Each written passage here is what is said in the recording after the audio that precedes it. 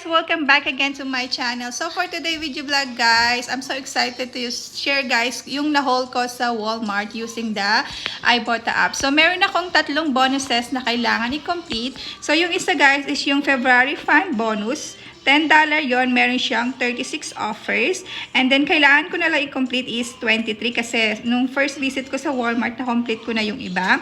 And then, meron akong February level 2 bonus. $1 naman yun. 35 offers. So, tatlo na lang yung kailangan kong complete. And then, midweek money maker is $3. Meron siyang 15 offers. So, ito 15 offers pa.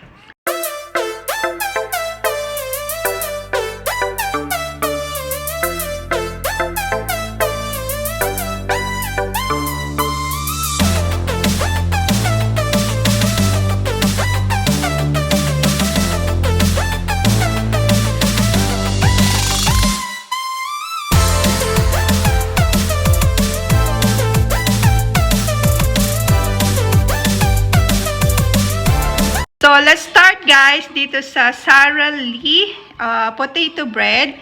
Ano to? $2.68. Then, meron siyang $1 rebate. So, total nito is $1.68 na lang. Ang sarap nito guys. Mas gusto ko siya kesa dun sa isang Sara Lee na keto bread. Ito medyo malambot siya. Then, yung loob nito is kulay yellow. Parang mas maano siya. Ang soft-soft niya. Sarap niya. So, next natin guys, itong anis. $2.94 sa store. Meron siyang $2.94 na rebate. So, free ito guys. Free. We love freebies. Next freebies natin guys, itong Pepsi Zero Sugar. $1.72 sa store. Then, meron siyang $1.78 na rebate. So, ano siya, 6 cent money maker. Next, itong Wii, $1.34 sa store. Meron siyang 25 cent na cashback. So, $1.09 na lang. Gusto ni Dylan ito kaya kinuha ko. Yogurt yan guys na merong strawberry sa baba. So, next natin guys, itong Listerine. Sa clearance ko nakita. $1.20. Then, meron siyang $1 na rebate. So, 20 cent na lang yung Listerine. Then, nilalagay ko yan sa bag ko. And then, itong Z-Grip Plus, guys. Sa clearance din ito, $2.20. Meron siyang $1.50. So, 70 cent na lang yung pen na yan, guys. So, not bad. Pwedeng gamitin to ng hubby ko. Ibibigay ko sa kanya yan para magamit niya. Then, next natin guys, itong Nerds. Ayan, favorite namin ang mga bata yung Nerds na yan simula nung natikman ko. So, first time ko palang nakuha to sa store. So, 98 cents sa store, meron siyang 50 cent na rebate. So, 48 cent na lang siya guys. Not bad, diba? So, next natin guys, ito is not Ibotta related. Sa ano naman to? Fetch Reward, $1.47 sa store. Then, meron siyang 1,500 points or ano yun, $1.50. So, 3 cent money maker ito guys. So, another freebies. We love freebies talaga.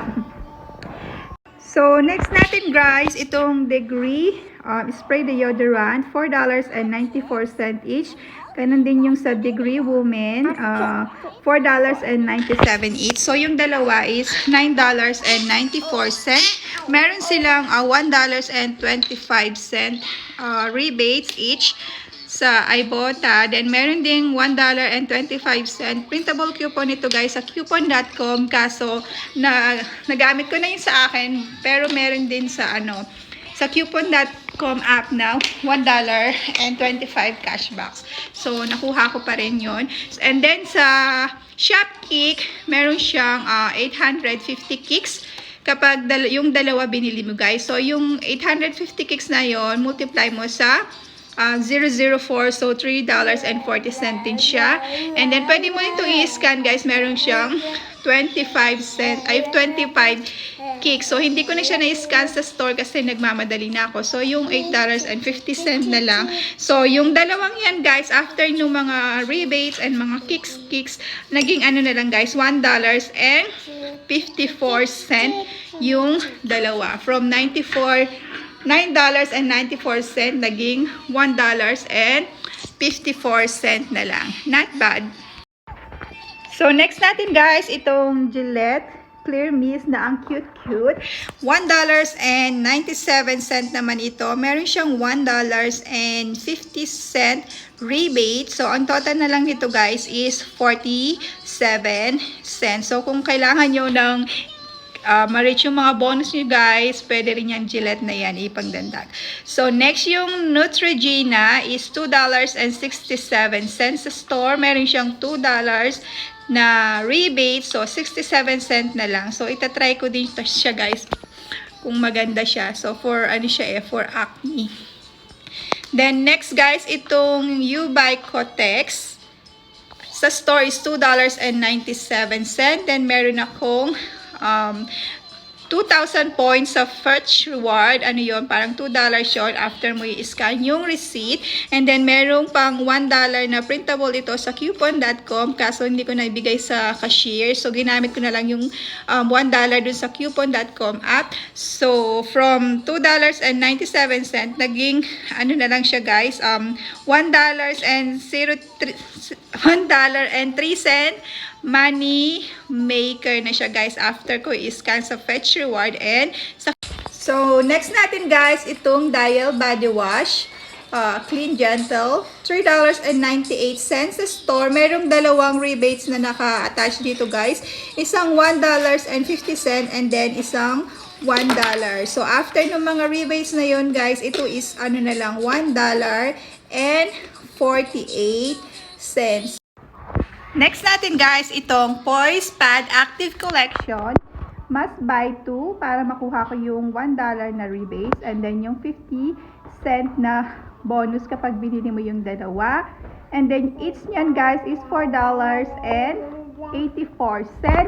So yung dalawa is $9.68. And then meron akong dalawang $3 na printable coupons mula sa Poise website. So, after nung mga printable coupons, yung rebates, and yung bonuses na mako-complete ko, is this one, guys, is $2.18 na lang.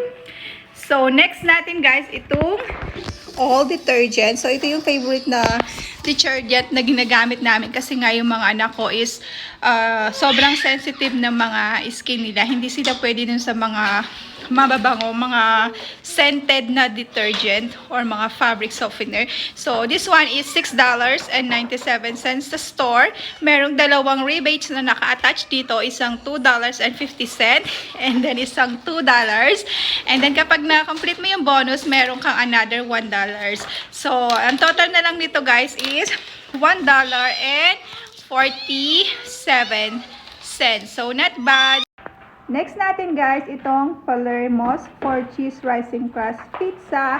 $5 sa store to guys. And then meron siyang $1 na rebate. And then meron akong $1 na printables galing sa Palermo's website. Mag-sign up ka lang doon.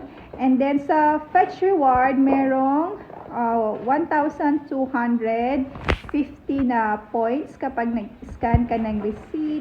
So, after nung mga rebates, ng mga points, and then yung sa printable coupon, ano na lang ito guys, $1.75. So, not bad guys. So, bihira lang din kaming kumain ng pizza ng mga anak ko. Kaya yan, pwede na. So, next natin guys, itong Chobani Flip. Medyo mahal to, $4.22. Meron siyang must buy 2. $1 lang yung kanyang rebates. Kasi gustong-gusto ni Dylan to guys, kaya ako siya binili. Kung ano yung gusto ng anak ko, diba? Ni-request kasi niya. Ayan. So, ano to guys, para siyang yogurt siya na merong mga s'mores. Na ano yan, meron siyang mga crumbs na grahams, marshmallow, and then merong parang chocolate chip. Ayan, ganyan yung kanyang itsura sa loob guys. And then, imimix mo yung, ano, yung mga, yan, yung mga chips na yan doon sa yogurt. So, gustong-gusto siya ni Dylan. So, after nung rebate na $1, guys, $7.44 na lang yung Chobani Flip na yan. So, masarap daw, sabi ni Dylan. So, ito na yung resibo ko, guys. Meron tayong 20 items dyan. Ginamit ko dito yung aking Walmart debit card kasi dun ko lahat tina-transfer yung mga na-earn ko na cashback sa Ibotta, sa Shopkick, at sa ibang mga apps rebates na ginagamit ko. So, ang subtotal ko, guys, after ng mga coupons na ginamit ko is $59 and 15 cents. So, sa haul na ito, guys, I completed 20 offers. Na-complete ko yung aking February level 2 bonus na $1, yung midweek money maker na $3, yung 50-cent bonus sa Poise, $1 na bonus sa all. Yung hindi ko na-complete, guys, yung February fund bonus ko na $10. So, kulang pa ako ng 3.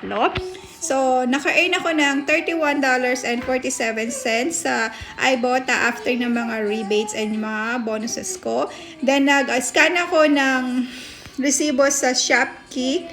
Naka-earn ako ng $8.50 kicks, equivalent to $3.40. Multiply mo yung 0.004. So, makuha mo yung total sa dollars. And then, nag-scan din ako sa coupon.com ng 2 degree at saka yung Kotex. Naka-earn ako ng $3.50. And then, nag-scan din ako sa Fetch Reward. Naka-earn naman ako ng 4,946 points. Parang $4.94 yun. So, after ng mga rebates, guys, sa Ibotta bonuses, yung mga points sa Fetch Reward, yung sa Shopkick, ang total ko na lang, guys, is $15.34 or 79 each item. So, meron tayong 20 items. Thank you for watching, guys.